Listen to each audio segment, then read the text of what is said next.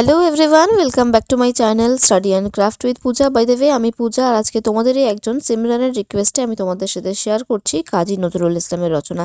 আর যারা শেষ অবধি দেখবে তারা তো জানতেই পারবে এই রচনার পিডিএফটা তোমরা কীভাবে পাবে। তো চলো দেরি না করে ক্লাসটা শুরু করে ফেলি। প্রথমেই আমরা দেখব ভূমিকা। যে কবির কাব্যে গানে ধ্বনিত হয়েছিল মৃত্যুঞ্জয়ী চিরযৌবনের জয়ধ্বনি, যার কাব্য বীণায় ঝঙ্কৃত হয়েছিল অগ্নিবীণার সুরঝঙ্কার, যিনি ধীর স্থির বাংলা কাব্যে বয়ে নিয়ে এসেছিলেন দুর্বার কালবৈশাখীর ঝড়, তিনি বিদ্রোহী কবি কাজী নজরুল ইসলাম। তিনি বিদ্রোহী কবি, মানবতার কবি, প্রেমের কবি। বাংলা ভাষাভাষী মানুষ বাংলা সাহিত্যে তার অবদান কোনোদিন ভুলবে না। পরাধীন ভারতের জড়তাগ্রস্ত সমাজের বুকে প্রাণহীন প্রান্তরে তার কাব্যে তিনি সঞ্চারিত করেছিলেন নবযৌবনের শোণিতধারা। তিনি ছিলেন পরাধীন ভারতের নবজাগরণের অন্যতম ধ্বজা। পরের পয়েন্ট হচ্ছে জন্ম।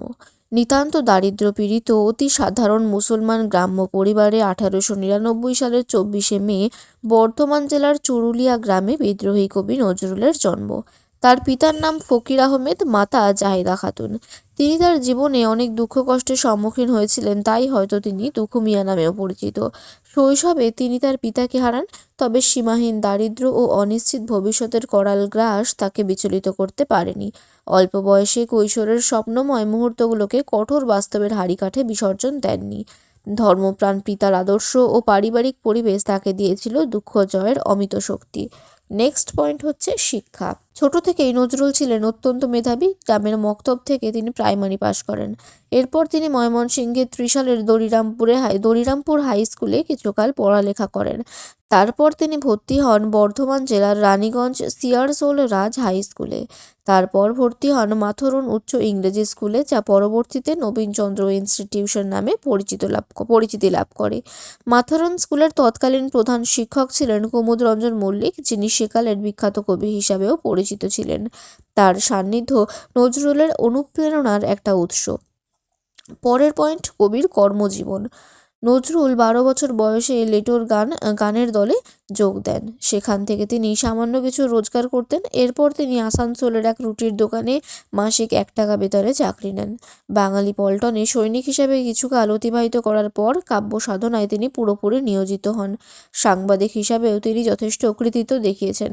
তার সম্পাদনায় প্রকাশিত হয় নবযুগ, লাঙল ও ধূমকেতু পত্রিকাগুলো যথেষ্ট জনপ্রিয় হয়েছিল। পরের পয়েন্ট হচ্ছে কবির কাব্য প্রতিভা। বাঙালির মনে ও মননে রবীন্দ্রনাথের পরেই নজরুলের স্থান। তার লেখনী স্বাতন্ত্র্য তাকে মানুষের খুব কাছের জন করে তুলেছে। তার প্রথম প্রকাশিত কবিতার নাম মুক্তি। অগ্নিবীণা, চক্রবাক, ছায়ানট, ঝড়, দোলনচাপা, প্রলয় শিখা, ফণী মনসা, বিষের বাসী, সঞ্চিতা, সর্বহারা, সাম্যবাদী প্রভৃতি কাব্যগ্রন্থে বিদ্রোহী কবির অন্তরের আগুন প্রতিফলিত হয়েছে। কিন্তু যে কবিতা তাকে খ্যাতি এনে দেয় তার নাম বিদ্রোহী। পরবর্তীকালে তিনি বিদ্রোহী কবি হিসেবে সমধিক পরিচিতি লাভ করেন। এরপর ধূমকেতু পত্রিকায় প্রকাশিত হয় তার ইংরেজ বিরোধী বিস্ফোরক কবিতা আনন্দময়ীর আগমনে।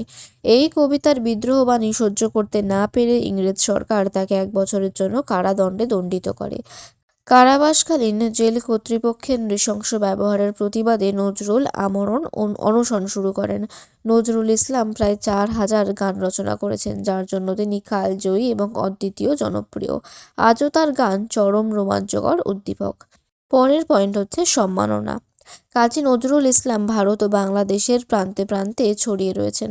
বাংলাদেশের তিনি জাতীয় কবি। এদেশে চুরুলিয়ার নজরুল চর্চা কেন্দ্র নজরুল একাডেমি 2012 সালে আসানসোলে স্থাপিত হয়েছে নজরুল বিশ্ববিদ্যালয়। তিনি পদ্মভূষণ সম্মানে ভূষিত হন। বাংলাদেশের সরকার তাকে 21শে পদক দিয়ে সম্মানিত করে। কলকাতা ও ঢাকা উভয় বিশ্ববিদ্যালয় থেকে তিনি ডিলট উপাধি পান। নেক্সট হচ্ছে প্রয়াণ। 1942 খ্রিস্টাব্দে পক্ষাঘাতে আক্রান্ত কবি বোধ শক্তিহীন ও নির্বাক হয়ে যান। শেষে 29শে আগস্ট 1976 খ্রিস্টাব্দে ঢাকায় কবির জীবনাবসান হয়।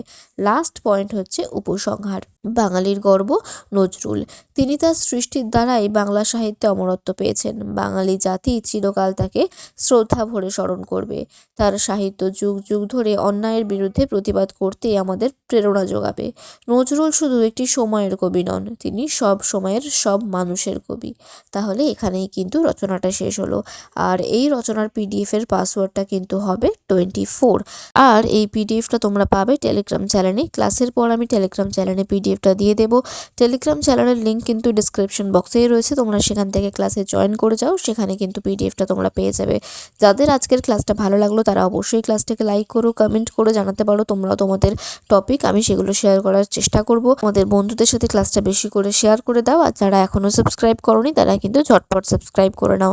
তাহলে আজকে এখানেই শেষ করছি। Thank you.